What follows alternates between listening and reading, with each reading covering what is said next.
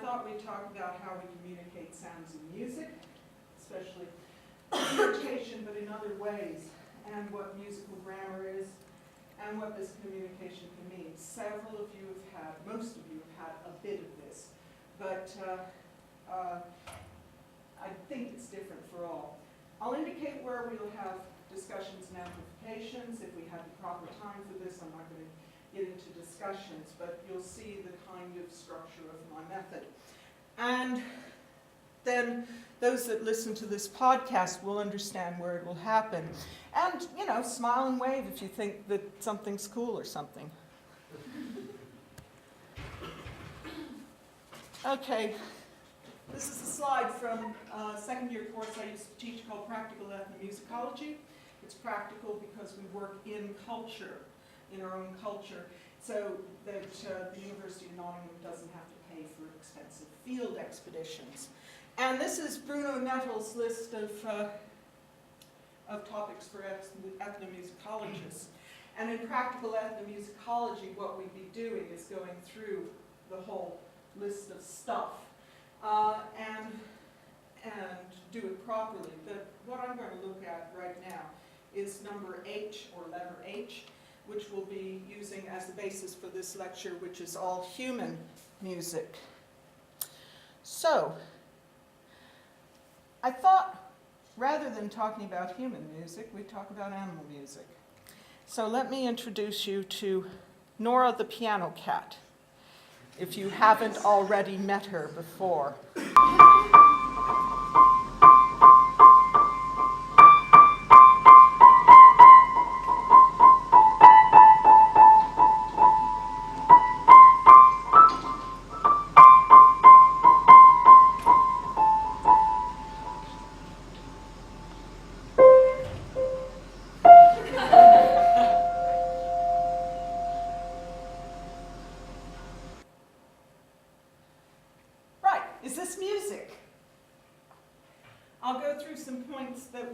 Discuss. For instance, what about Nora's technique? Does it matter more does it look more like human when she is sitting up and playing with her hands, or when she's half lying on the piano? When she stands up and plays, I think, she looks a little bit more like a human being and mimics human playing more. What are the arguments for this being animal behavior? Well, cats tend to eat things with their paws. In other clips, she wipes her face on a keyboard. That expels scent. What are the arguments for this being social behavior? Well, Nora lives in a house with a piano teacher. That's why the piano's there. And it's like an animal's living in a pack. She imitates her owners, and the piano teacher is always teaching piano. So, in fact, you will often see Nora looking for approval from her owner as she films her. Now, we won't discuss what Nora herself means by this activity. I haven't asked her. And if you're interested, I'd suggest that you try the excellent article in Grove on animal music. But let's look at what humans mean when they use animals and animal sounds.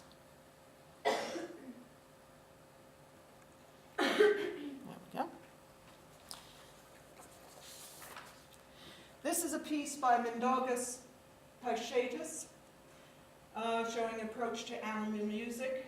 It's the rather groaningly titled Cat Sherta, starring Nora the Piano Cat. And we'll listen to what Pašaitis has done to Nora's performance.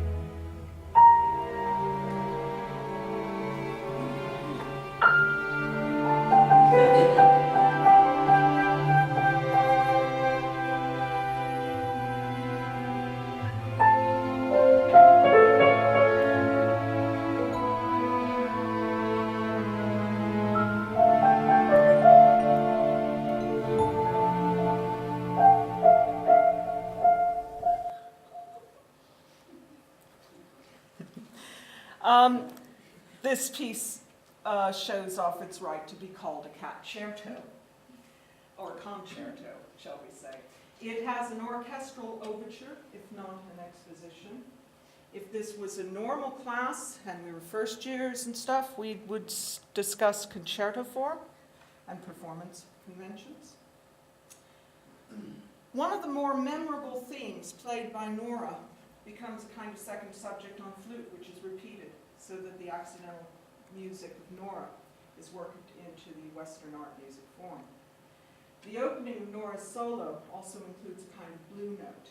These clusters are kind of shadowed by the vibraphone, giving it a jazz tang. Pachetas arranges the clips of Nora so that the simplistic melodic statements are followed by more elaborate ones in this her first solo section.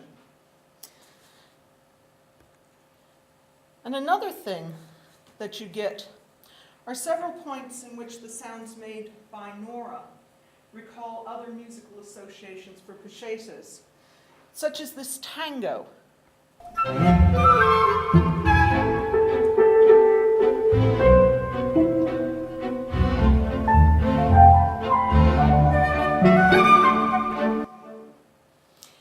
Now, as far as we know, she isn't a tango fan. But what Mandagas Pachetas has done is to see a tango in Nora's playing, much as we would see shapes in a cloud. So,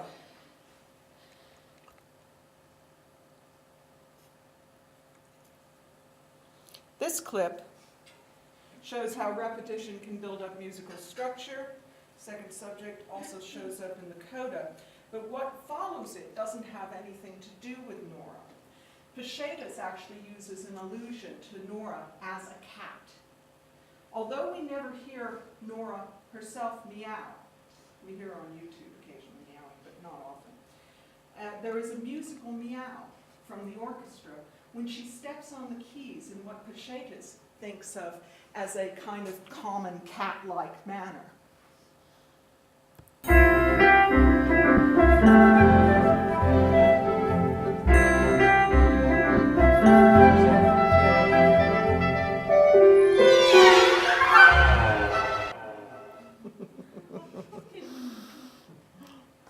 Now, if we had the full hour, we'd discuss this piece thoroughly, but we might want to know how much of this piece was Nora and how much is Pachetas and what meaning is communicated.